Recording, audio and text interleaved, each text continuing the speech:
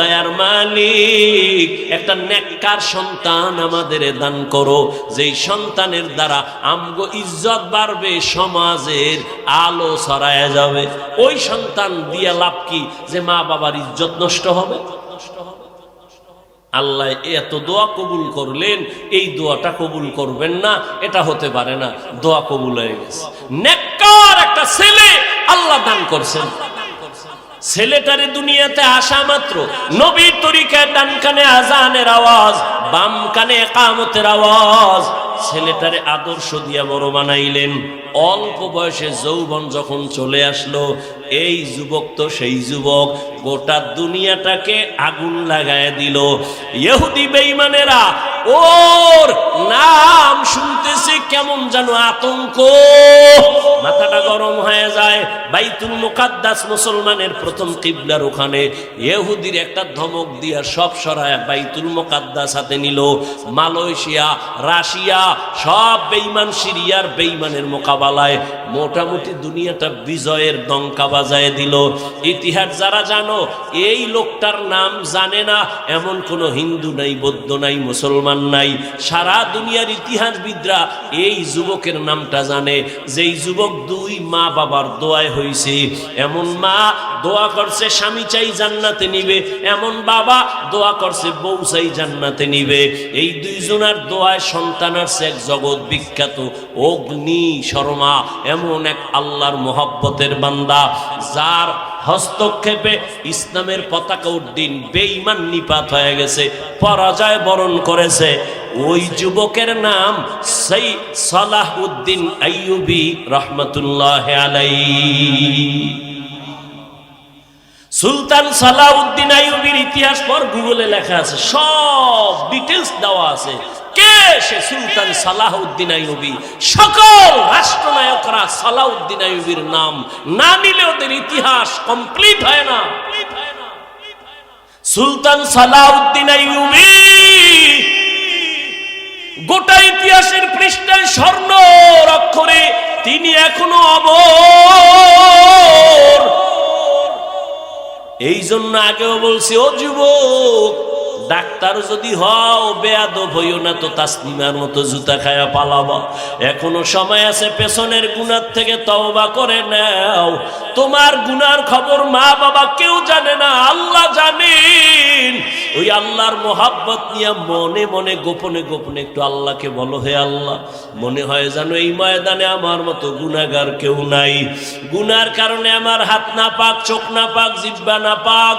গুনাহ করতে করতে জীবনটা শেষ। কত নামাজ ছাড়লাম, কত দাড়ি কাটলাম, বেপরদায় চললাম। ও আল্লাহ, আমার মতো কত যুবক আবার জেনারেল লাইনে থাকে, চাকরি করে, ব্যবসা করে, নামাজ পড়ে, আমি কেন পারবো না? ও আল্লাহ, মনে চাইছে কত গুনাহ করছি শখ লাগাইয়া, আর গুনার কাছেও যাব না। দুনিয়াতে চিরদিন থাকবো না মুসলমান হিসাবে, দুনিয়া থেকে তো চলেই যেতে হবে, আল্লাহর আদালতে দাঁড়াতে হবে। গুনাহগার হইয়া দাঁড়াবো না। আজকে থেকে তওবা করলাম, নামাজ ছাড়ছি আর ছাড়বো না, বেপরদায় চলছি আর চলবো না, দাড়ি কাটছি আর কাটবো না। তবে সবার কপালটা খুলবে না। বয়ানের শুরুতেই কিন্তু বলেছিলাম আবু জাহালের কথার, ওমরের কথা। জানি না কার কপাল কোন দিকে যাবে। অনেকে বয়ান শুই না বাইরে গিয়ে আবু জাহালের মেজাজ নিয়ে চলবে আর বিরোধিতা করে আরো গুনার পাল্লা ভারী করবে। আর একদল ওমরের মেজাজওয়ালা চোখের পানি ছেড়ে গুনার কথা স্মরণ করে তওবা করবে, ফজরে মসজিদে চলে যাবে। ও আল্লাহ, জানি না এই ময়দানে কারা তওবার নিয়ত করেছে। তবে আবদার, ও যুবক বাবারা, যেখানেই থাকো আল্লাহর মোহাব্বত নিয়ে চলো, মা বাবার দোয়া নিয়ে চলো, আল্লাহর কাছে তওবার নিয়ত বলো, হে মালিক আর মা বাবারে কষ্ট দিব না। উলামায়ে কেরামের দোয়া নিয়া, নবীর তরিকা মেনে, শিক্ষক মুরব্বীদের দোয়া নিয়ে চলবো। আল্লাহ তুমি আমার তওবা কবুল করো। এরকম খাঁটি নিয়তে তওবা করার যাদের অন্তর তৈরি, মুনাফিকি নাই, যাদের নিয়তটা খাঁটি, শুধু তাদেরকে বলবো দুটো হাত আল্লাহকে দেখাইয়া দাও। আয় আল্লাহ, আমাদের তওবা কবুল করে নেন। আমাদের হাত কবুল করে নেন, তওবার উপরে মজবুত হইয়া চলার মতো তৌফিক দান করেন, আমিন। আলহামদুলিল্লাহি রাব্বিল আলামিন, ওয়াসসালাতু ওয়াসসালামু আলা সাইয়্যিদিল আম্বিয়াই ওয়াল মুরসালিন ওয়া আলা আলিহি ওয়া আসহাবিহি আজমাইন। ইয়া আরহামার রাহিমিন, ইয়া আরহামার রাহিমিন, ইয়া আরহামার রাহিমিন। রব্বিরহামহুমা কামা রব্বায়ানি সগীরা। اللهم إنك عفو كريم تحب العفو فاعف عنا. اللهم إنا نسألك رضاك والجنة ونعوذ بك من سخطك والنار. ও দয়ার মালিক, গুনার বোঝা নিয়ে আপনার দরওয়াজায় গভীর রাতে আমরা হাজির। সব বাড়িওয়ালাদের দরজাগুলো বন্ধ, আপনার রহমতের দরজা বন্ধ নাই। ও আল্লাহ, আমরা সবাই গুনাহগার। ওলামায়ে কেরাম, মুরব্বি, হাজী সাহেব, ব্যবসায়ী, চাকরিজীবী, আমার কলিজার যুবক, ইয়াকিন মিডিয়া, সত্য প্রচারে সবার আগে। বাবা এখন এখানে আছি, কালকে আর এক জায়গায় বয়ান করতে গিয়ে তো মাস্তানি দেখাই না রে বাবা।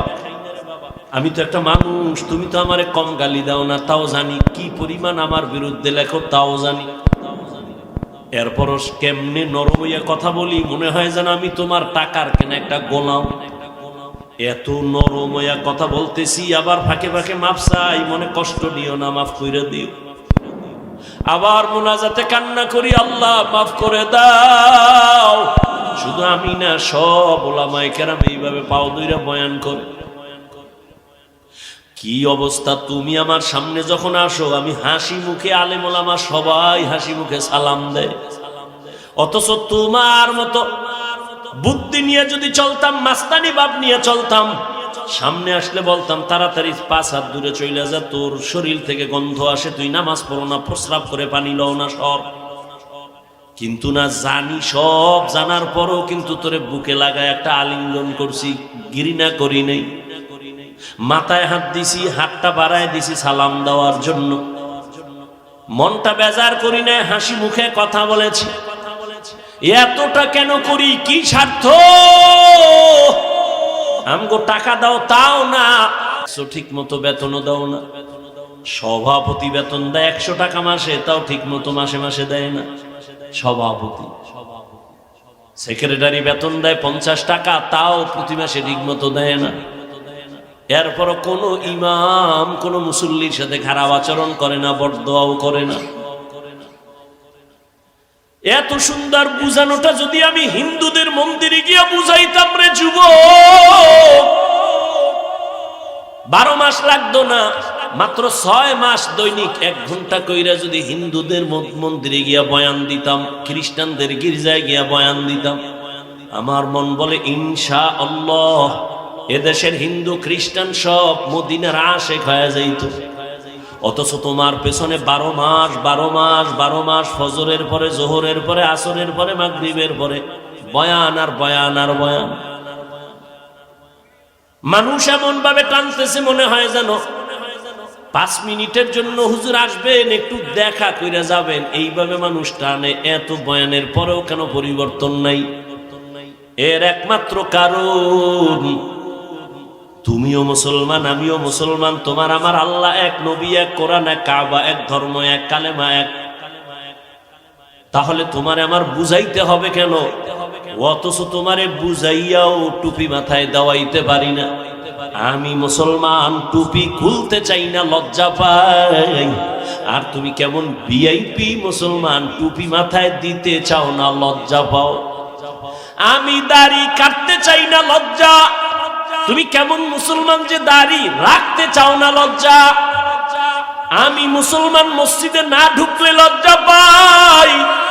তুমি কেমন মুসলমান যে মসজিদে ঢুকতে ঘুরতে গেলে লজ্জা পাও, আমি মুসলমান বেপরদায় চলতে গেলে লজ্জা পাই, আর তুমি কেমন মুসলমান যে পর্দা করতে গেলে লজ্জা পাও? বালিশে মাথা লাগা একটু ভাবিও, মালিকের দরবারে কেমনে দাঁড়ায় জবাব দিবে। হেদায়েতের মালিক আমার আল্লাহ। আসলে তুমি আল্লাহর হেদায়েতের পর্দার বাইরে সরে গেছো, কিন্তু আমার আল্লাহ স্বার্থপর না। যদি স্বার্থপর হইতেন ঘুমের মধ্যে চেহারা কুত্তার মতো বানায় দিতেন। মুহাম্মদের উম্মত হওয়ার কারণে এত গুনার পরও চেহারা আল্লাহ পাল্টায় দেয় না কেন? একমাত্র মুহাম্মদের উম্মত। মুহাম্মদের উম্মত না হইলে ঘুমের থেকে উঠে দেখতা চেহারা বানর হয়ে গেছে। কিন্তু আমার নবী আল্লাহর কাছে কান্না করে বলছিলেন, হে মালিক, আমার উম্মত গুনাহ করলেও তুমি চেহারাটা পাল্টাইয়া দুনিয়ায় ইজ্জত হারাইও না রে আল্লাহ। নবী উম্মতের কত দরদি।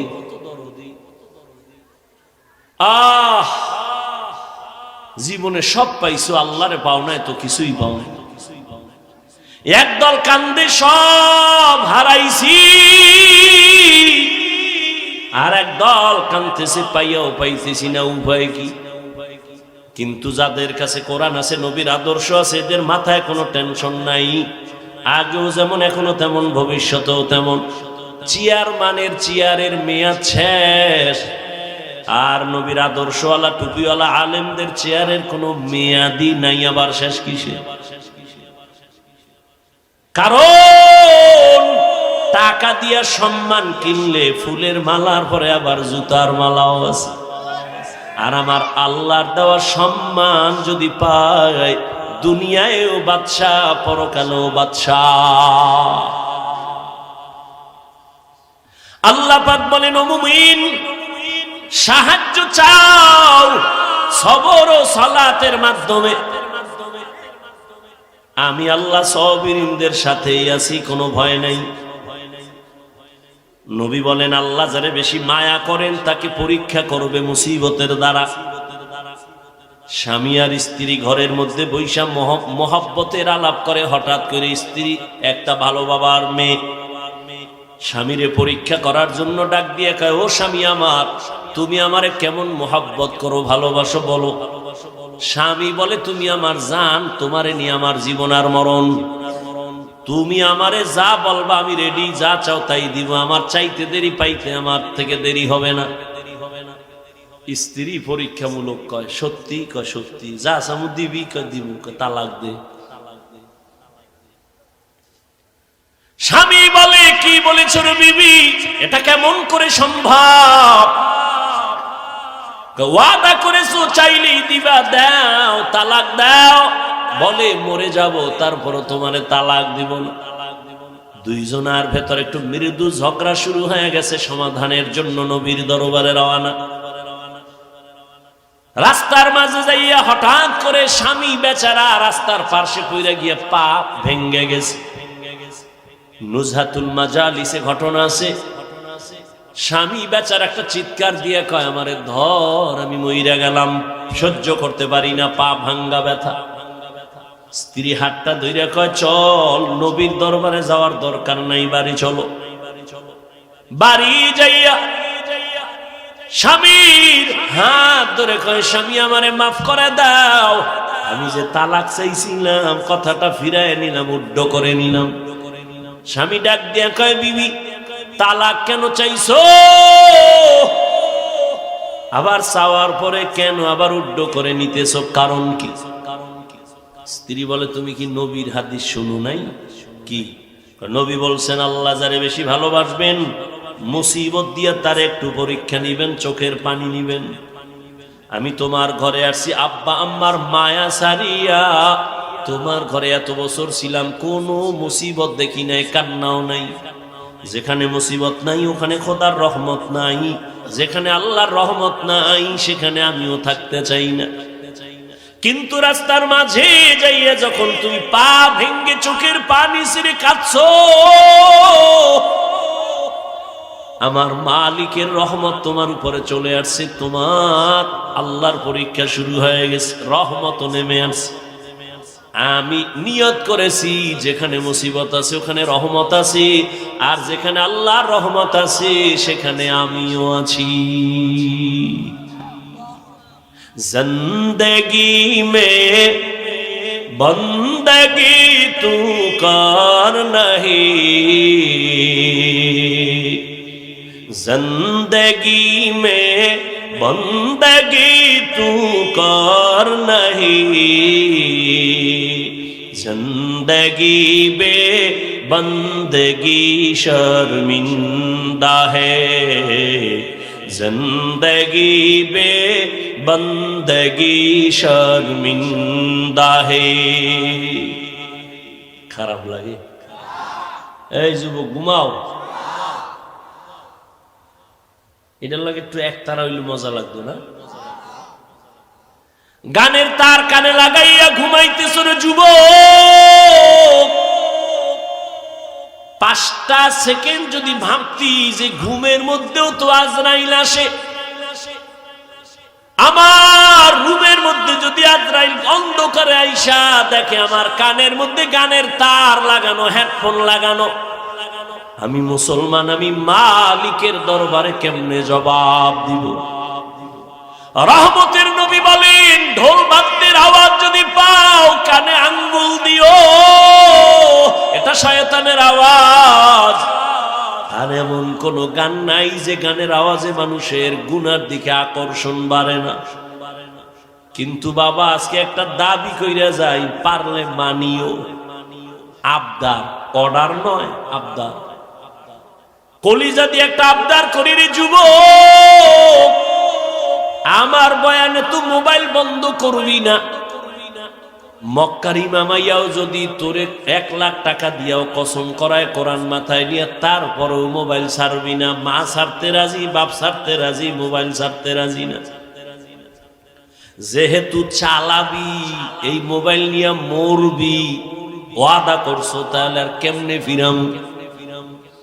তবে একটা আবদার করি, সারা রাত্র তো মোবাইল। আমি গোয়াম কে আজ দুনিয়া জুদা বাস, বাহার কারে কে বাসি বা খুদা বাস, চিস্তে দুনিয়া আজ খুদা গাফিল বুদান, নে কামাশো নেকরাহ ফরজিন্দোজান, আবদার কশ হালাকে কষ্টিয়াঁ তাব অন্দর জিরে কষ্টি পশুতি। একজনে কয়, হাফিজ ভাই এডি বুঝি না, এডি কি কন? এডি না কইলে ওয়াজ চলে না। এরকম বহু চালাক আছে না, কথা কন। বড় জ্ঞানী, বড় জ্ঞানী না হইলে হুজুর গো ভুল ধরে কেমনে? এগুলি বললে কি লাভ? এগুলি বন্ধ করেন। তোমার যুক্তি যদি আমি মাইনা বয়ান শুরু করি, তাহলে প্রশ্ন তো আমারও আছে, আমিও তো তোমার থেকে কম চালাক না। যদি আমার এলেম নাই, কিন্তু তোমার মতো চালাকের সাইজ করার মতো বুদ্ধি আছে, আলহামদুলিল্লাহ। তবে বেয়াদবি জীবনে করি নাই, করব না। আমার জীবনের পুঁজি হলো বেয়াদবি না করা। আমার আব্বা আম্মার দোয়া, আমার ওস্তাদের দোয়া, উলামায়ে কেরামের দোয়া, আল্লাহর রাসূলের স্পষ্ট সহিহ হাদিস, যে আদব রক্ষা করে জীবন চালাবে আল্লাহ তার মর্যাদা সবার উপরে উঠাবেন। বিনয়ী জিন্দেগি বড় দামি এক জিন্দেগি। ও যুবক, তুমি যে আমাকে প্রশ্ন করছো ফার্সি এই কবিতাগুলো না বললে কি বয়ান চলে না? কেউ তো বুঝেই না। আমি যদি তোমাকে প্রশ্ন করি, আমি যে হাদিসের ইবারাত পড়ি, কোরআনের আয়াত পড়ি, একজনেও তো আয়াত পড়তেই পারে না, তো আয়াত বাদ দিয়ে দেই, হাদিস বাদ দিয়ে দেই। যুক্তির নাম ইসলাম না। এত বড় এলেমওয়ালা ইবলিস আল্লাহর সামনে যুক্তি দিতে গিয়া জীবনটা সব শেষ করলো। অথচ ইবলিস ছিল আল্লাহর কাছে বড় প্রিয় ব্যক্তি। জমিনে এমন কোন ইঞ্চি জায়গা নাই যেখানে ইবলিসের সেজদা পড়ে নাই। ফেরেশতাদের উস্তাদ সেই ইবলিসের আল্লাহ তার ইবাদতে খুশি হইয়া উপাধি দিছে ইবলিস মুত্তাকি। ইবলিস ওলি, ইবলিস আরেফ, ইবলিস বুজুর্গ, কিন্তু আল্লাহর সামনে এলেমের হেডম দেখাইতে গিয়া এক যুক্তিতে ইবলিস জীবনের তরে ধ্বংস হয়ে গেল। এই জন্য যুক্তি দিতে দিতে দিতে দিতে অনেক মানুষ জাহান্নামের দিকে চলে যায়। আর যারা নিজেরে ছোট মনে কইরা চলে, আল্লাহ আমার এলেম নাই, কিছুই নাই, মাওলা আমি তোমার দরবারের একটা কুত্তার থেকেও খারাপ। কারণ একটা কুত্তা মালিকের লাত্তি খাইয়াও মালিকের গোলামি করে, আর আল্লাহ তোমার দেওয়া পানি, তোমার দেওয়া সূর্যের আলো, চাঁদের আলো সব আমি ভোগ কইরাও আমি তোমার হুকুম মানি না। আমার মতো খারাপ কেউ নাই, মনে হয় যেন একটা কুকুরের থেকেও আমি বড় খারাপ। ও পর্দার আড়ালের আম্মা জানেরা, এতক্ষণ আমি আপনাদের সন্তানদেরকে যে কথাগুলো বুঝাইলাম, এগুলো বাস্তবায়নের জন্য আপনার দোয়া, আপনার অবদান ছাড়া হবে না। কারণ এই জমিনে আপনারা হলেন গাছ, আর আপনাদের ফসল হলো সন্তান। ভালো ফল হলে তো ভালো গাছ দরকার। আম্মা জান, আপনার আদর্শের কারণেই তো সন্তান আদর্শবান হবে, গাছ ভালো হলেই তো ফল ভালো হবে। এই জমিনের মধ্যে সময় দিলে একটা কিস্সা শোনাবো, শুনবেন? ভালো করে শুনো যুবক, হেদায়েতের মালিক আমার আল্লাহ। এক ছোট ভাই বিয়া কইরা বড় ভাই বিয়া করে নাই। ঘটনাটা অনেক জায়গায় বলি, আজও আমি 5 মিনিটে বলার চেষ্টা করি। ছোট ভাই বিয়া করলো, সন্তান হলো, বড় ভাই করে না। একদিন কয়, ভাইয়া তুমি বিয়া করো না কেন? কয় মাইয়া ভাই না, বেদাসিনী মাইয়ার অভাব। কলেজের গোড়ায় দাঁড়াইলে শত শত মেয়ে, ডানা কাটা ভরি, কেন তুমি মেয়ে পাও না? কয় না, জাতের মেয়ে পাই না।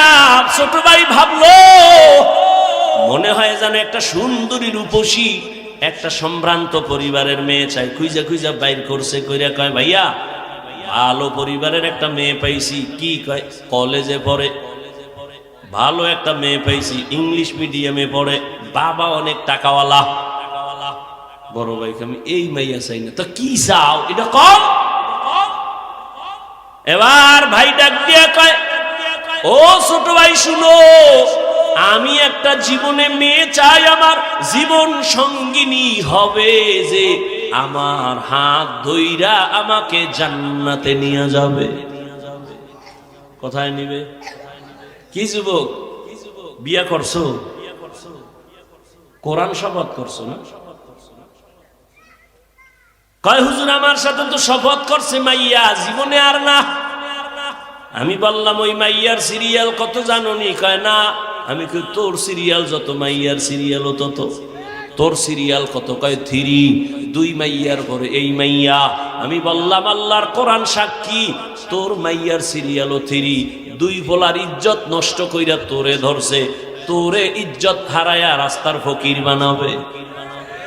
কোরআনের আয়াত, আল খবিসাতু লিল খবিসিনা, খবিসের সাথে খবিস। ও যুবক,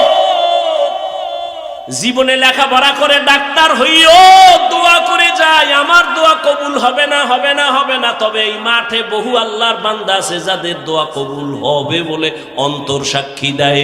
দোয়া করি সবাই আমিন বলিও। আল্লাহ যুবক বাবারে, স্কুলে পড়ো, ডাক্তার হও আলহামদুলিল্লাহ, ইঞ্জিনিয়ার হও আলহামদুলিল্লাহ, প্রফেসর হও আলহামদুলিল্লাহ। তবে আমার ছোট্ট একটা দাবি, বেয়াদব হইও না। তোমার ব্যবহারে যেন কোনোদিন মা বাবা কষ্ট না পায়, তোমার আচরণে কোনোদিন শিক্ষক যেন কষ্ট না পায়, তোমার আচরণে কোনোদিন উলামায়ে কেরাম যেন কষ্ট না পায়। বলবা কেন? জীবনে সফলতার চেয়ারে বসার জন্য দোয়া লাগবে 3টা। মা বাবার দোয়া লাগবে, শিক্ষকের দোয়া লাগবে, উলামায়ে কেরাম মুরব্বিদের দোয়া লাগবে। এরে আমি হাফিজুর রহমানের আমার আব্বা আম্মা কলিজা বইরা দোয়া দিয়া চেয়ারে বসাইছেন, কিন্তু বয়ান করা আমার আব্বা শিখান নাই, আম্মা শিখান নাই, আমার ওস্তাদ শিক্ষকেরা হাতে ধরে ধরে ধরে ধরে আমাকে বয়ান শিখাইছেন। অতএব ওস্তাদ আমার বড় দামি এক দোয়ার সম্পদ। মা বাবার বরদোয়া নিবা না, যদি তো বরদোয়া লাইগেই যায় মরার আগে পঙ্গু হয়ে যাবি লেখা রাখ। যদি শিক্ষকের বরদোয়া কলিজায় তোর লাইগা যায় মরার আগে জীবনটা নষ্ট হয়ে যাবে, বিদ্যার জগৎ থেকে হারিয়ে যাবি, বিদ্যা আর থাকবে না। ওলামায়ে কেরামের বরদোয়া যদি কপালে লাগে চাকার তলে মাথা ঢুকে যাবে, টের পাবি না। অতএব ডাক্তার হও, অনেক বড় ডাক্তার, এই সিফাগল্লির ডাক্তার না। চরিত্র ঠিক রাখো, দেখবা শুধু বাংলাদেশ না বিশ্বে তোমাকে ডেকে ডেকে নিয়ে যাবে, হায়ার করে নিবে ডাক্তার, ঢাকার ডাক্তার, বাংলাদেশের ডাক্তার। আল্লাহ সম্মান দিতে কয় সেকেন্ড লাগে, কিন্তু তোমার পুঁজি লাগবে দুইটা। সম্মানের ডাক্তার হতে হলে প্রথম পুঁজি সুস্থতা, দ্বিতীয় পুঁজি সুন্দর চরিত্র। আর এই সুস্থতা আর চরিত্র দোনোটাকে জবাই করার একমাত্র হাতিয়ারের নাম মোবাইল। সুস্থ কিন্তু চরিত্র খারাপ, জুতার বাড়ি কোন জায়গায়, ডাক্তার হইল তাসনিমার মতো জুতা খাইয়া পালাবে, ওই ডাক্তার হয়ে লাভ কি? তাসনিমা সুস্থ, এরপরে জুতা খাইছে কেন? এমবিবিএস ডাক্তার, এরপরে জুতা কেন? চরিত্র খারাপ। আর তোমার চরিত্র ভালো কিন্তু অসুস্থ, ডিউটি একদিন করে 2 দিন নাই করে বাদ দে, তাহলে সুস্থতাও লাগবে 100, চরিত্রও লাগবে 100, আর দোনোটা জবাই করে মোবাইল।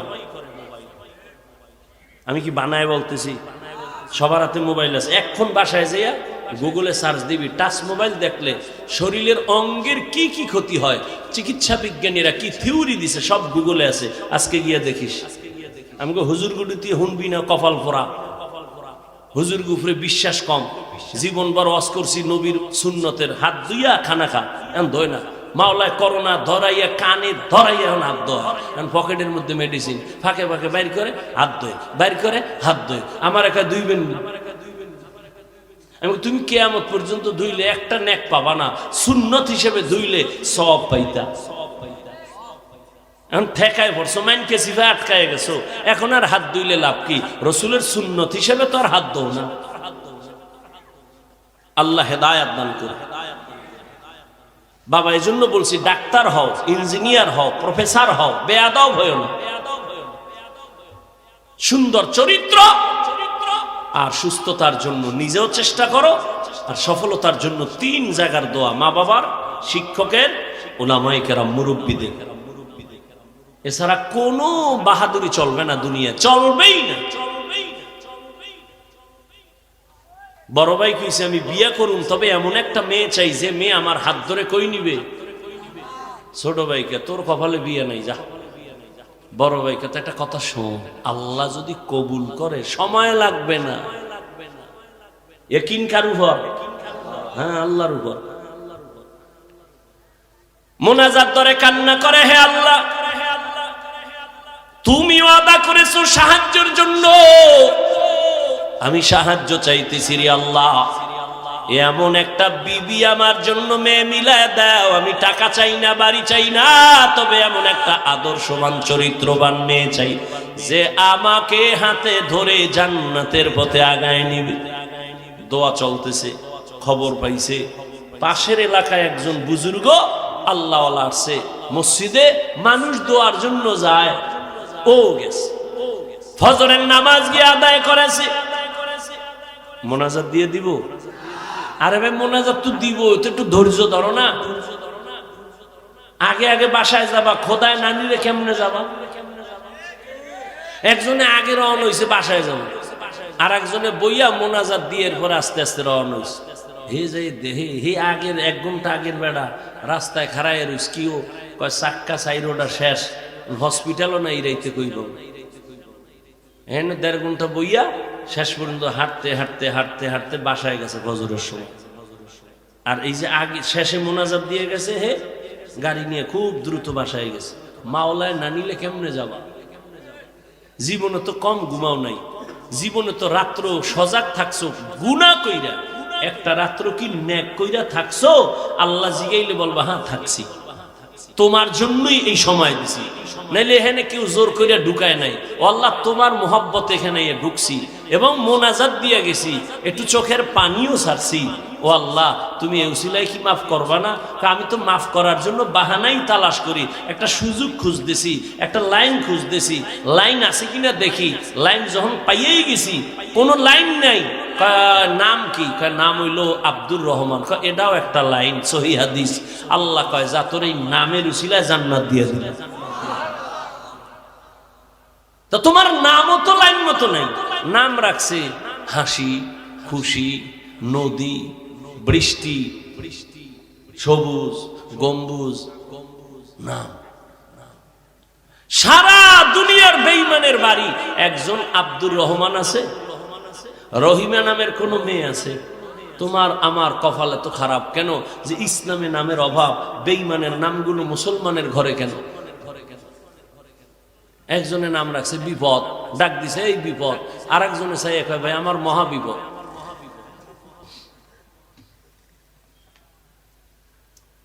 আগে সন্তান হইলে দৌড়ে যাইতো বড় হুজুরের দ্বারে, হুজুর একটু খেজুর মুখে নিয়ে দেন আর একটা নাম রাইখা দেন, সুন্দর একটা নাম। এখন লাগে না, ওই যে গজব মোবাইল খুঁজে টুজে পাইছে একটা নাম, দুনিয়ার আকাম সাকামের নাম এটা একটা দিয়ে দিচ্ছে। আর নাম যখন রাখছে, এটার একটা নামের অ্যাকশন একটা আছে। নাম আবু বকর, খুব নরম। নাম ওমর, খুব গরম। নামের একটা বরকত আছে।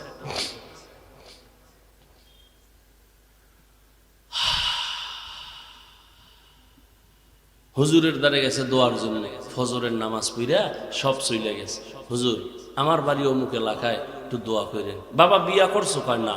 কেন? বয়স কতই? এখনো করো নাই কেন? মাইয়া ভাই না। কি মাইয়া চাও?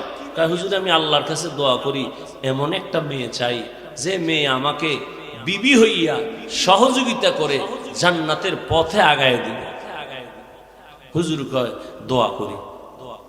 কথা চলতেছে, হঠাৎ এমন একটা ঘটনা। কার ঘটনা? নামটা শেষে বলবো, গুগলে গিয়া সার্চ দিয়া নাম বাইর করবি। ও দুনিয়ার সন্তান, আর তুই কেমন সন্তান হইলি একটু নিজেরে যাচাই করবি। ঘটনার শেষে নামটা বলতেছি।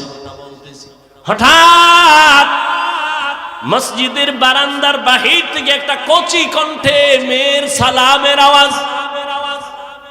একটা মেয়ে ডাক দিয়া সালাম দিছেন, আসসালামু আলাইকুম হযরত, আমি এই এলাকার মেয়ে, গরিবের সন্তান, দোয়ার জন্য আসছি।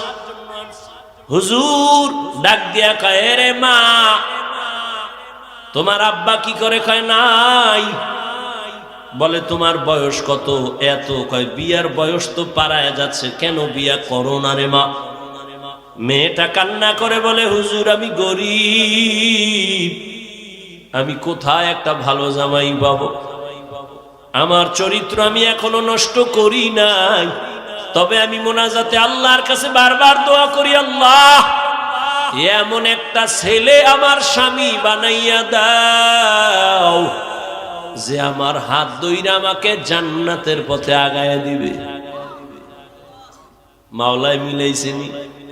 হুজুর মাঝখানে থাইকা কয় যুবক বিবাহ করবানি? কয় আল্লাহ যদি কবুল করে। হুজুর এবার প্রস্তাব দিলেন, দিয়া দুজনের বিবাহ হয়ে গেল।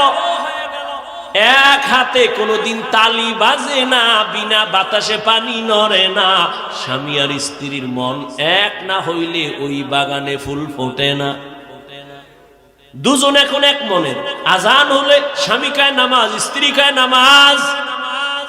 ফজরের সময় স্ত্রী যদি আগে উঠে, স্বামীর উঠায় উঠো, নামাজ যেন কাজা না হয়। আবার স্বামী যদি উঠে, উঠে আবার স্ত্রীর ডাকে উঠো, নামাজ আদায় করো। ও পর্দার আড়ালের আম্মা জানেরা, একটু শুনেন কেমন মা। আপনারাও তো বড় দামি মা, আপনারা তো সাহাবায়ে কেরামদের মায়ের মতো মা, নবীদের মায়ের মতো মা, খাদিজা রাদিয়াল্লাহু আনহার মতো নারী, ফাতেমা রাদিয়াল্লাহু আনহার মতো নারী, আয়েশা রাদিয়াল্লাহু আনহার মতো নারী, ইসমাইল নবীর মা হাজরা আলাইহাস সালামের মতো দামি নারী, ঈসা নবীর মা মারিয়াম আলাইহাস সালামের মতো দামি নারী। আপনারা তো বেঈমান ফেরাউনের ঘরে স্ত্রীর নাম কি? আসিয়ার মতো দামি। বলে কত বড় বেঈমান ফেরাউন, নিজেরে খোদা দাবি করেছে আল্লাহর বিরুদ্ধে গিয়া, অথচ তার ঘরে আসিয়া এত আল্লাহর আশেকা হয়ে গেল। নবীজি বলেন কিয়ামতের দিন জান্নাতে আসিয়ার সাথে আমার বিবাহ হবে। সুবহানাল্লাহ বলবেন না? এখন একটা প্রশ্ন আসতে পারে, ফেরাউনের বউ এর লগে রসুলের বিয়ে হইব, ইমান আছে ঠিক আছে, কিন্তু এত বড় বেঈমানের বউ? না, বিয়ে হইছে ঠিক ফেরাউনের, কিন্তু এক সেকেন্ডের জন্য আসিয়ার সাথে ফেরাউনের এক সেকেন্ডের জন্য এক বিছানায় শরীরের সাথে টাচ হয় নাই। কেন? আল্লাহ রাব্বুল আলামিন আসিয়ার ঈমানের বরকতে ওই ফেরাউনকে যৌবন থেকে চিরদিনের জন্য একেবারে মুক্ত করে দিছে। ওর জীবনে এক সেকেন্ডের জন্য যৌবন ছিল না ফেরাউনের, একটা সন্তানও নাই, আসিয়ার শরীরে টাচ জীবনে করেনি। নবী বলেন আসিয়ার সাথে আমার জান্নাতে বিবাহ হবে। এরে আম্মা জান, আপনার স্বামী তো ফেরাউনের মতো খারাপ না।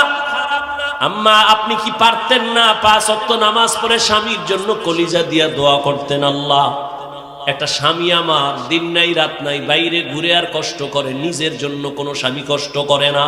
সন্তানের মুখে হাসি ফুটাবার জন্য গাধার মতো কষ্ট করে, স্ত্রীর মুখে হাসি ফুটাবার জন্য পুরুষ কষ্ট করে।